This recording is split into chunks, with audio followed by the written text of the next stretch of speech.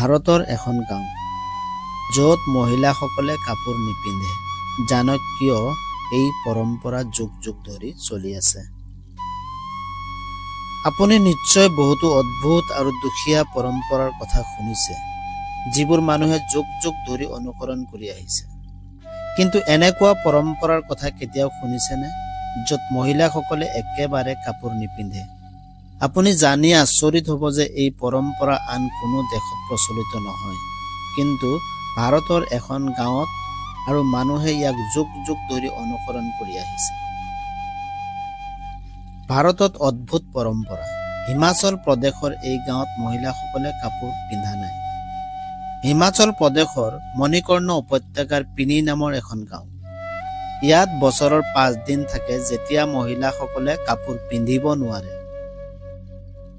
এই সময়ত বেছিভাগ মহিলাই ঘৰতে থাকে আৰু বাহিৰলৈ ওলাই নাযায়। পুৰুষৰ ক্ষেত্ৰতো বহু নিয়ম প্ৰযোজ্য, যেনে এই সময়ত পুৰুষে মদ খাব নোৱাৰে আৰু মাংসও খাব নোৱাৰে। শতিকা পুৰণি এই পৰম্পৰাক গাঁওবাসীয়ে কঠোৰভাৱে পালন কৰে। পিনি গাঁৱৰ অদ্ভুত পৰম্পৰা।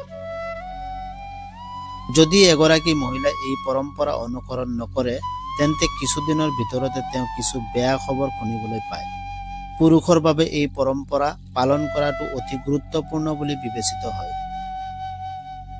খাৱনৰ 5 দিন মদ আৰু মাংস সেৱন কৰিব নোৱাৰে।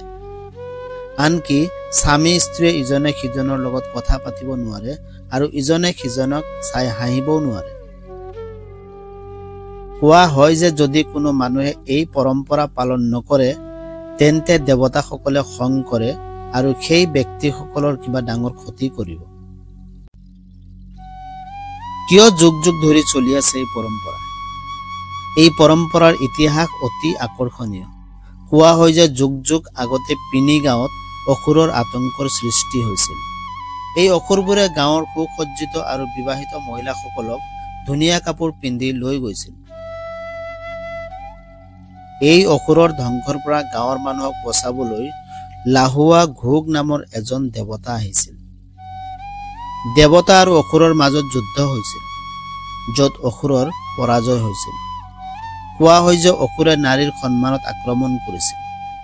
আগতে তেওঁলোকৰ কাপোৰ ফালিছিল।